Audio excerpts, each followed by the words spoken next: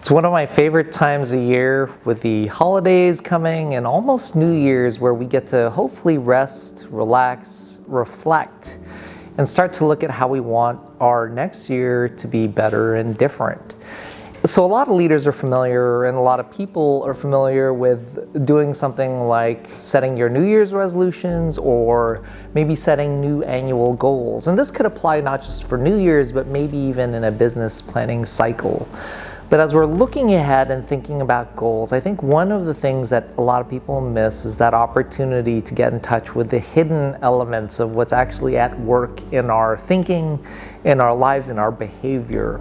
And so I like to do a specific set of exercises during times like this that really help us get in touch with those hidden elements and raise our awareness of the things that are at work without us even thinking about them, and hopefully increase the odds and the chances of us sort of reaching success or attaining those goals or making those changes in our lives or business. The story I wanted to frame this up with was a conversation that I was having with a friend of mine who is a social worker who works in the juvenile detention system. And so one of the observations that she made with a lot of the youth who find themselves in the juvenile system, one of the sad things is usually the outcome of when a juvenile goes into the system and comes out of it. One of the really sad things about that is usually that youth is put right back into the environment where they started in.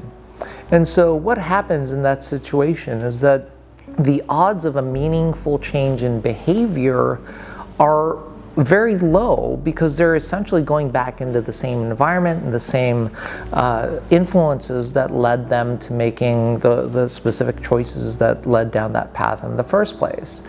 And so that works in all of our lives. We have this one system that we've talked about before, if you've seen some of my other videos, of what I call your first system or your frame. And it's a system at work in all of our lives, whether we know it or not. And there's a saying that you're the average of the 5 people you spend the most time with. And there's truth to that psychologically, that the people around us and where we spend our time, and more specifically our attention, they influence our decision making, they influence the way that we behave and the way that we see the world. And so when it comes to our goals and setting goals and New Year's resolutions, if you're looking back at this year and you want something different for the next year, if you're not making a meaningful change to your frame, to your environment, then the odds of you making a change in your results are that much lower. And so this exercise I call the frame audit. How do you look at your frame and make adjustments to support the changes that you want in your life, in your business, in the year ahead?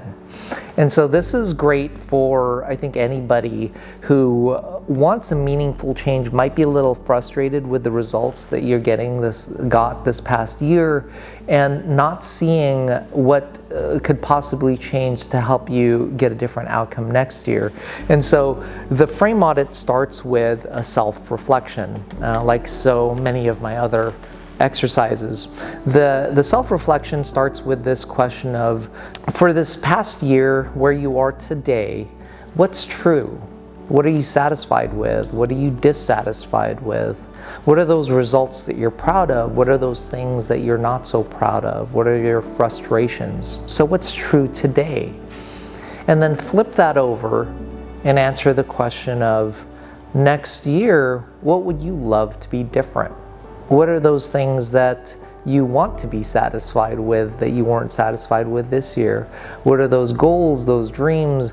What would you just love to be true next year, this time next year? And start with that self-reflection. And the second piece is now doing the frame audit. And so actually documenting your frame.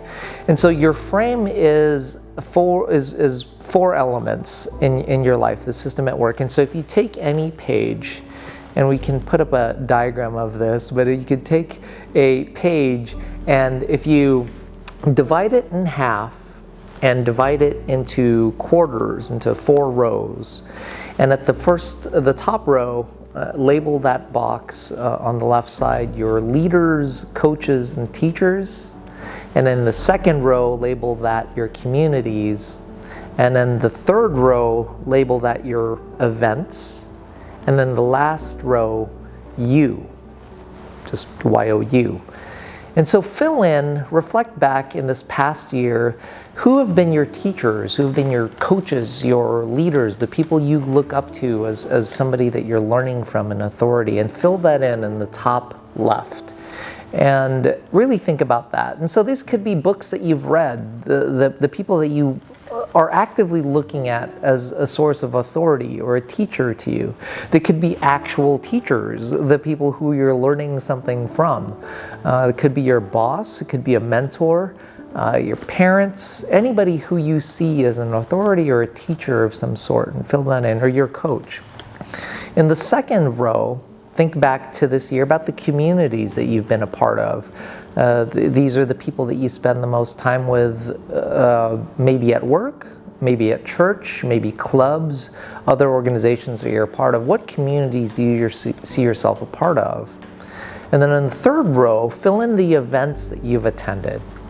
And events are really important because you want to consider those things that you do that are outside of your weekly routine.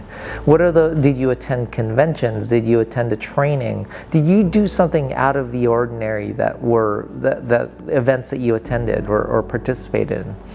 And then down at the bottom, think about, bullet out who you were this year. Like so take from your self-reflection, put specific bullet points about the person that you feel like you are this year, about the qualities that you're proud of, the qualities that you're not so proud of.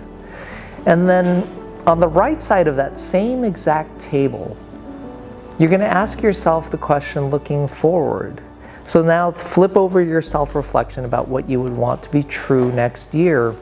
And then think about who are the teachers, the guides, the authorities, the leaders, the mentors that you need to make that change in that self-reflection about what you would want to be true next year. Who are those authorities that you would love to have? Are there books that you've read that you skimmed over that you need to put into effect now? Are there things that you need to learn? Are there skills that you can take classes for? Are there mentors that you would love to have who have the experience or the achievements that you would love to have? And put that in the box on the top right. And then communities. What are the communities that you could be a part of that could lead to those changes in your life that you would want, or those experiences that you would want to have? Maybe a community of people that are active at hiking or basketball or theater, dance. Those experiences, the communities that would be supportive of bringing in those experiences in your life for that year to come. And then the third row, those events. What are those events that you can attend? And this is an important one because a lot of people will find events just by chance that they're interested in, but really actively look for conventions, actively look for trainings, actively look for those opportunities in your community where you could participate in things that are out of the ordinary, and look for this coming year what events would support those changes in your life and those experiences that you would love to be true for the year to come. And then down at the bottom, you. What are those qualities that you would want to adopt? What are those qualities, the changes in skills? Specifically, bullet those out about what you would, if you summed up the leaders, the communities, and events that you attended, what are those changes that result in the person that you are and your behaviors, the things that you have at the end of the year, and really reflect on that. And so that's your frame audit.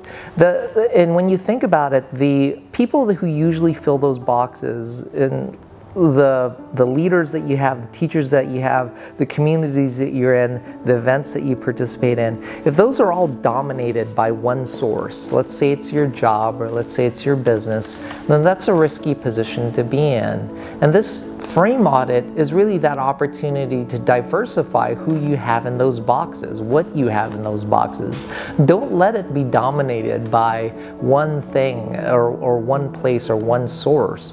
There's an opportunity here also in your teachers, the communities, and those events. Challenge yourself by including elements that you wouldn't have included otherwise. Maybe teachers that might disagree with you, mentors who might think differently. Are there opportunities to challenge yourself with stretching the way that you think by participating in events that you wouldn't have otherwise chosen to participate in? So really stretch yourself in that way. Another opportunity to really stretch yourself in this frame audit is to consider this idea that you, yes, you are a teacher, or could be a teacher, a mentor, or a leader for someone else. So who are you in those boxes for someone else? And what's the behavior that you have that could affect somebody else's year? What are the things that you would love to be true about you as a leader, as a teacher, as a mentor?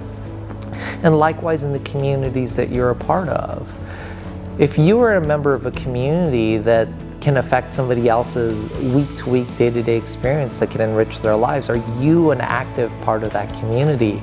Are you a taker, or do you give to those communities as well? And then the events. So if you've struggled to find events that you would love to be a part of or would love to see, don't stop short of just throwing your hands up in the air and saying, there were no events that were related to underwater basket weaving. How can you be the person that actually makes those events happen and be the person that brings those things together? So those are the opportunities to really look at stretching yourself. So enjoy that exercise, the frame audit, and really dive into that during some downtime and reflect on this system, this very powerful system at work in your life, and think about, how am I the average of the 5 people who I spend the most time or attention with?